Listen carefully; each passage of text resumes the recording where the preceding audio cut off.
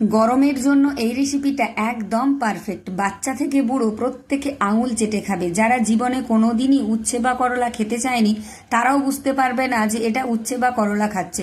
তাহলে চলুন শুরু করি আজকের রেসিপিটা তৈরি করার জন্য প্রথমেই আমি 100 গ্রাম ছোলার ডাল ভিজিয়ে রেখেছিলাম ঘন্টাখানেক। খুব ভালো করে ভিজে গেছে, দেখুন একদম নরম হয়ে গেছে, দেখেই বুঝতে পারছেন। এটাকে জল ঝরিয়ে আমি নিয়ে নিয়েছি। আর যে উচ্ছে নিয়েছি আমি 3খানা উচ্ছে নিয়েছি মিডিয়াম সাইজের। আপনারা পরিমাণটা বাড়িয়ে কমিয়ে নিতে পারেন। এবার উচ্ছেগুলোর সামনের দিক আর পেছনের দিক আমি একটু কেটে ফেলে দেব। নমস্কার বন্ধুরা, কেমন আছেন সবাই? ভালো তো? পাপিয়ার ঘরোয়া চ্যানেলটিতে সকলকে জানাই স্বাগত। আজকের রেসিপি পুরোটা দেখুন, আশা করি আপনাদের প্রত্যেকের ভালো লাগবে। আর একটা লাইক দিয়ে হাইপ দিয়ে অবশ্যই দেখা শুরু করুন। এবার নিয়ে নিয়েছি আমি একটা মিক্সির বাটি, সমস্ত ডালটাকেই এর মধ্যে দিয়ে দিলাম। 3খানা উচ্ছের জন্য আমি 100 গ্রাম ডাল নিয়েছি, আপনারা পরিমাণটা কম বেশি করে নিতে পারেন। নিয়েছি 3খানা কাঁচা পাকা লঙ্কা, ভেঙে দিয়ে দিলাম। আর দিয়ে দিব এখানে আমি 1 ইঞ্চির থেকে একটু কম আদা টুকরো করে নিয়েছি। আর দিয়ে দিলাম অল্প একটু জল, খুব বেশি জল দেওয়া যাবে না। এবার এটাকে আমি একটা পেস্ট তৈরি করে নিব। এখানে পেস্ট তৈরি করা হয়ে গেছে, দেখুন। খুব বেশি মিহি করে কিন্তু পেস্ট তৈরি না করলেও হবে, মোটামুটি একটু দরদরা করে পেস্ট করে নিলেও ভালো হবে। আমি এখানে একটু দরদরা করেই তৈরি করেছি, দেখেই বুঝতে পারছেন। এই দেখুন, ঠিক এই রকম করে পেস্টটা আমি তৈরি করে নিয়েছি। এবার একটা বড় বাটির মধ্যে সমস্ত ডাল বাটাটাকে আমি ঢেলে নিচ্ছি। এইভাবে একবার বানিয়ে দেখবেন, প্রচন্ড ভালো লাগবে। আর উচ্ছের যে একটা কড়া তেতো ভাব সেটাও কিন্তু থাকবে না। এবারে উচ্ছেগুলোকে এখানে নিয়ে নিয়েছি। আর নিয়েছি আমি এখানে একটা গ্রেটার। এই গ্রেটার দিয়ে আমি উচ্ছেটাকে এইভাবে গ্রেট করে নেব। আপনাদের হাতের কাছে নিশ্চয়ই গ্রেটার থাকবে, প্রত্যেকের রান্নাঘরেই থাকে। যদি না থাকে তাহলে শিলে একটু থেতো করেও নিতে পারেন। এইভাবে একদম মিহি করে কিন্তু গ্রেট করে নিতে হবে। আমি দেখিয়ে দিচ্ছি, দেখুন কিভাবে গ্রেট করা হয়েছে। এই দেখুন, এইভাবে একটু মিহি করে গ্রেট করে নিতে হবে। এইভাবে সমস্ত উচ্ছেগুলোকেই আমি গ্রেট করে নিয়েছি। তবে এর মধ্যে যে গোটা গোটা দানাগুলো রয়েছে সেগুলো আমি বেছে ফেলে দেব। এগুলো মুখের মধ্যে পড়লে খুব একটা ভালো লাগবে না।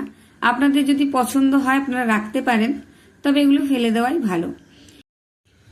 এবার আমি উচ্ছেগুলোকে একটু চেপে চেপে জল বার করে দেব। মানে এর মধ্যে যে এক্সট্রা জলটা রয়েছে সেটাকে হালকা করে চাপ দিয়ে আমি ফেলে দেব। এতে করে এর মধ্যে যে অতিরিক্ত তেতো ভাবটা থাকে সেটা চলে যাবে। খুব বেশি একদম শুকনো করে চেপে নেওয়ার প্রয়োজন নেই। মোটামুটি ওপর থেকে হালকা করে একটু চাপ দিলে যেটুকু জল বেরোবে সেটুকুই ফেলে দিলেই হবে। তেতো বেশি লাগে বলে বাচ্চারা আবার উচ্ছে খেতে চায় না, কিন্তু এইভাবে যদি বানিয়ে দেন তারা বুঝতেও পারবে না, প্রত্যেকে ভালোবেসে খাবে। সমস্ত উচ্ছেগুলো থেকে কিন্তু আমি এক্সট্রা জল যেটা ছিল সেটা চেপে ফেলে দিয়েছি। এবার যে ডালটা আমি আগে থেকে বেটে রেখেছিলাম সেটাও নিয়ে নিয়েছি। তার মধ্যে দিয়ে দিলাম আমি সমস্ত গ্রেট করে রস ফেলে রাখা উচ্ছেগুলো। এবার এর মধ্যে দিয়ে দেব আমি সামান্য পরিমাণ নুন। নুনটা আন্দাজ করে দিয়ে নেবেন। এখানে আমি 1/2 চামচ নুন দিলাম। দিয়ে দিচ্ছি এখানে 1/2 চামচ হলুদ গুঁড়ো। আর দিয়ে দিচ্ছি সামান্য কিছুটা কালো জিরে। এটা দেবেন, খেতে ভীষণ ভালো লাগবে। আমি যেহেতু ডাল বাটার মধ্যে কাঁচা লঙ্কা দিয়েছি, মানে কাঁচা লঙ্কা দিয়ে ডালটাকে বেটেছি, তাই এখানে আর শুকনো লঙ্কার গুঁড়ো দিলাম না। আপনারা যদি কাঁচা লঙ্কা খেতে পছন্দ না করেন তাহলে কাঁচা লঙ্কার বদলে এখানে শুকনো লঙ্কার গুঁড়ো ব্যবহার করতে পারেন। সব কিছুকে চামচ দিয়ে খুব ভালো করে আমি মিশিয়ে নিচ্ছি। আপনারা চাইলে এখানে হাত দিয়েও মিশিয়ে নিতে পারেন। এতক্ষণ যারা ভিডিও দেখেছেন অথচ একটা লাইক করতে ভুলে গেছেন, অবশ্যই একটা লাইক করে দিন।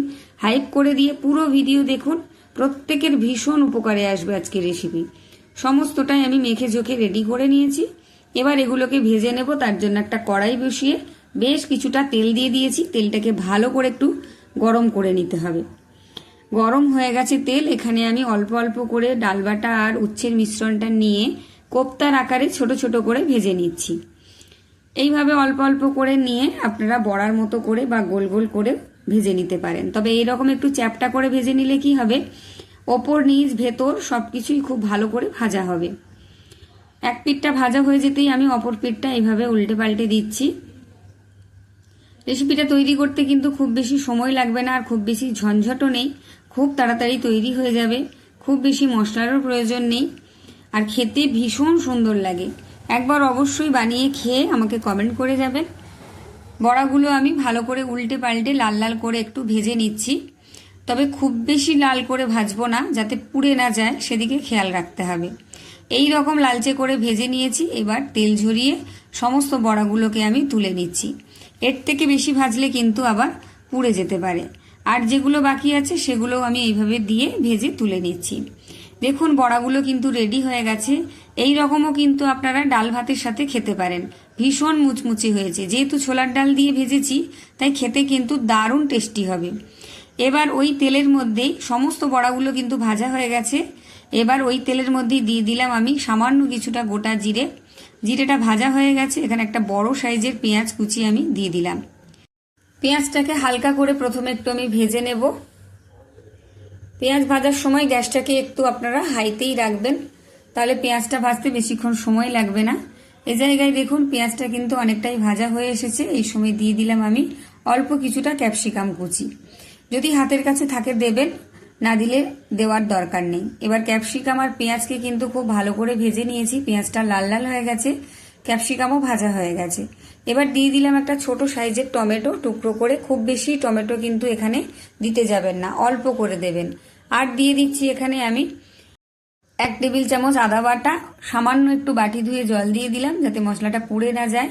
এবার ভালো করে নেড়ে চেড়ে মশলাটাকে একটু কষিয়ে নিয়েছি। তারপর দিয়ে দিলাম আমি 1/2 চামচ নুন, 1/2 চামচ হলুদের গুঁড়ো, 1/2 চামচ দিয়ে দিলাম শুকনো লঙ্কার গুঁড়ো, আর 1/2 চামচ দিয়ে দিলাম এখানে জিরের গুঁড়ো। ব্যাস, এখানে আর কোনো রকম মশলার প্রয়োজন নেই। এবারে লো আছে সমস্ত কিছুকে খুব ভালো করে কিন্তু কষিয়ে নেব। তবে এখানে কিন্তু একটু শুকনো শুকনো মনে হচ্ছে, তাই সামান্য একটু জল দিয়ে দিলাম।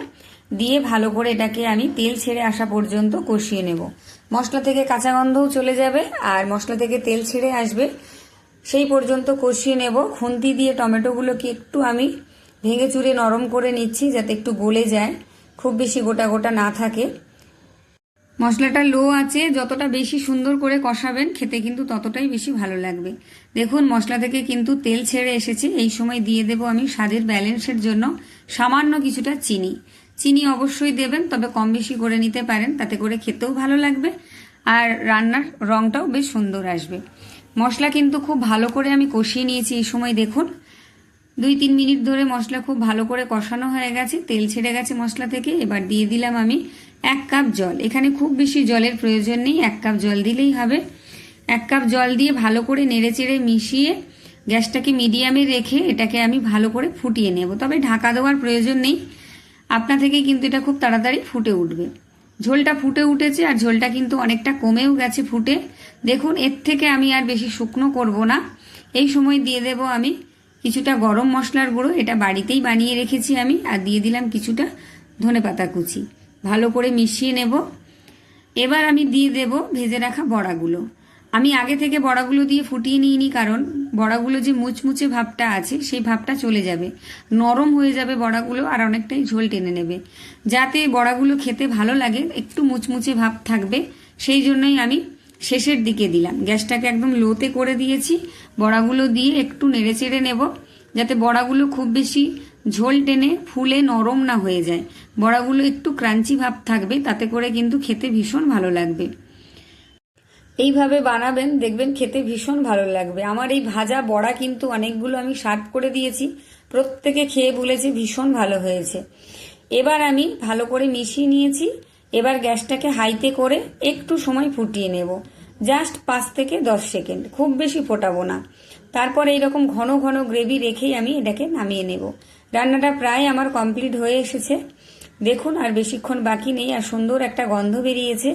যারা ইউটিউব থেকে দেখছেন, যদি ভালো লাগে আমার ভিডিও, প্রথমবার আছেন আমার চ্যানেলে, তাহলে অবশ্যই চ্যানেলটা সাবস্ক্রাইব করে পাশে থাকা বেল আইকনটি প্রেস করে অল করে রাখবেন। আমার ভিডিও নোটিফিকেশন সবার আগে আপনার কাছে পৌঁছে যাবে।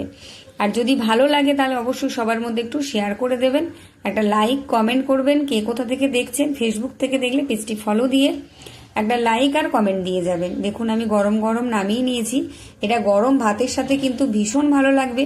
বাচ্চাদেরও গরম গরম বড়া ভেজে বা এইরকম তরকারি ভাতের সাথে মেখে দেবেন, দেখবেন ওরাও বুঝতে পারবে না যে উচ্ছে খাচ্ছে, প্রত্যেকের ভালো লাগবে। যদি ভালো লাগে তাহলে অবশ্যই আমাকে কমেন্ট করে জানিয়ে যাবেন আর বাড়িতে বানিয়ে খাবেন। দেখা হচ্ছে আবার একটা নতুন কোনো রেসিপি নিয়ে। ততক্ষণের জন্য টাটা। সবাই ভালো থাকবেন, সুস্থ থাকবেন। সকলকে অসংখ্য ধন্যবাদ।